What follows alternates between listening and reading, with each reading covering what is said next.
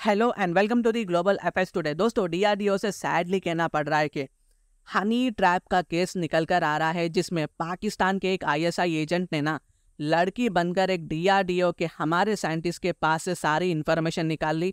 Basically Chunna लगाया है हम इंडियंस को। यहाँ पर हमारे मिसाइल्स डिफेंस टेक्नोलॉजी से रिलेटेड इंफॉर्मेशन थी, यहाँ पर वो दे दी गई है पाकिस्तान की आईएसआई एजेंट को। अब कितना इन्फॉर्मेशन गया है सामने आना बहुत बाकी है। ये video as an Indian please जितना हो सके शेयर करिए, सबको मालूम होनी चाहिए। देश के डिफेंस का मामला है, अगर देश सिक्योर नहीं तो हमारे घर हमारे परिवार भी सिक्योर नहीं है। ये टॉपिक को शेयर करने से पब्लिक में अवेयरनेस बढ़ेगा और आगे ऐसे हादसा होने से हम लोग प्रिवेंट भी कर सकते हैं। मुंबई पुलिस की एंटी टेररिज्म स्क्वाड, जिसे हम शॉर्ट में एटीएस भी बोलते हैं, इन्होंने मई 3 को प्रदीप कुरुलकर नामी साइंटिस्ट को, जो पुणे बेस्ड डीआरडीओ में काम करते थे, इनको एटीएस ने अरेस्ट कर लिया था हनी ट्रैप के केस में। और जो डिटेल्स पाकिस्तान की आईएसआई इंटेलिजेंस के साथ प्रदीप साहब ने शेयर किया था, इसमें Indian missiles, drones, robotic programmes जैसे कॉन्फिडेंशियल डिटेल्स को शेयर किया गया है, जो देश की सिक्योरिटी इंटीग्रिटी के लिए खतरनाक और डेंजरस साबित होगा।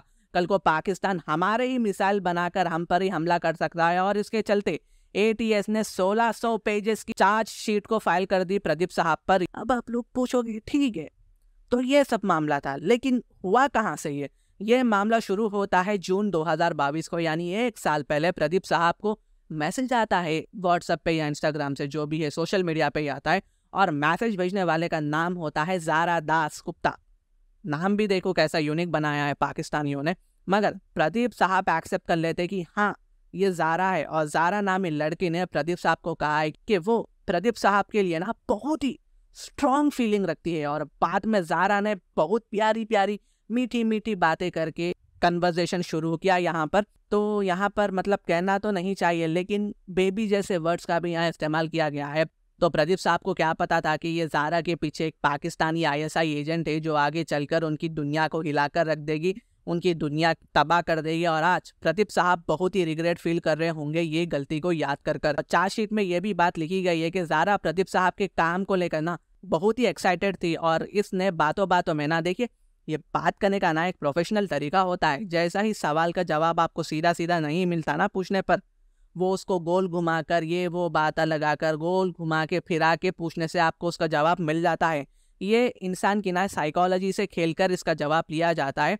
प्रदीप साहब के साथ भी कुछ ऐसा ही हुआ है। ज़ारा ऐसा कर प्रदीप साहब से बातों बातों में एक बात छेड़ती है कि प्रदीप जी आप डीआरडीओ में भी काम करते हैं ना, वाह क्या बात है, वेरी ब्यूटीफुल, तो आप इंडिया के लिए भी ब्रह्मोस मिसाइल भी बनाते होंगे ना, वाह कितना अच्छा है, बहुत खूब। और ज़ारा ने यह भी कहा कि तो आप इंडिया के लिए ब्रह्मोस मिसाइल भी बनाते होंगे। ऐसे घुमा के प्रिटेस्ट शुरू हुआ और उनकी कन्वर्सेशन यहाँ शुरू हुई। तो ज़ारा ने ऐसे ही प्यारे प्यारे मीठी मीठी बातें कर रुस्तम ड्रोन, ब्रह्मोस मिसाइल, अग्नि 6 जो बहुत ही इंडिया के लिए खास है, बहुत ही ज़रूरी है, इन सब के बारे में इंफॉर्मेशन लेती है प्रदीप साहब से। और भी कुछ पूछती है कि बेबी किस किस पर आप काम कर रहे हो, अभी आप किस किस पर टेस्टिंग कर रहे हो, आप हैदराबाद में कर रहे हो या किधर और भी कर रहे हो टेस्टिंग। ये सब प्यारी प्यारे बातें कर बेबी बेबी बेबी बोलकर इंफॉर्मेशन लेती है। और ये आप देख सकते हैं कि SAM सैम का मतलब होता है यहाँ surface to air missile. Zara पूछती है कि बेबी ये कब कंप्लीट होगा।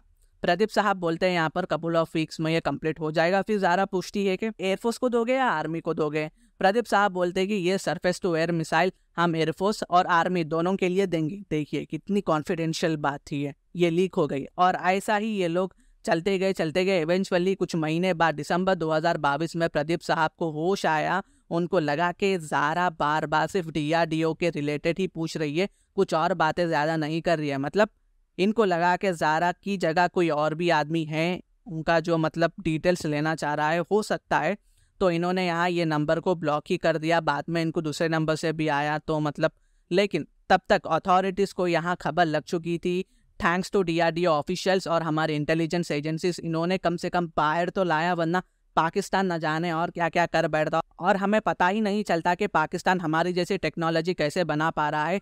और इंक्वायरी वगैरह के बाद प्रदीप साहब को अरेस्ट कर लिया गया था इंडियंस के द्वारा। देखो अगर हम इस पर एक्शन भी लेते हैं मतलब एक्शन लेने से भी ज़्यादा सेटिस्फाई नहीं दिखेगा, क्योंकि देखिए आज जो हनी ट्रैप का जो इशू हुआ है वो कल किसी और के साथ भी हो सकता है। हनी ट्रैप के इशू को हमें जड़ से ही ख़त्म करना होगा, वरना पाकिस्तान आज प्रदीप साहब को फंसाया, कल किसी और को भी फंसा सकता है।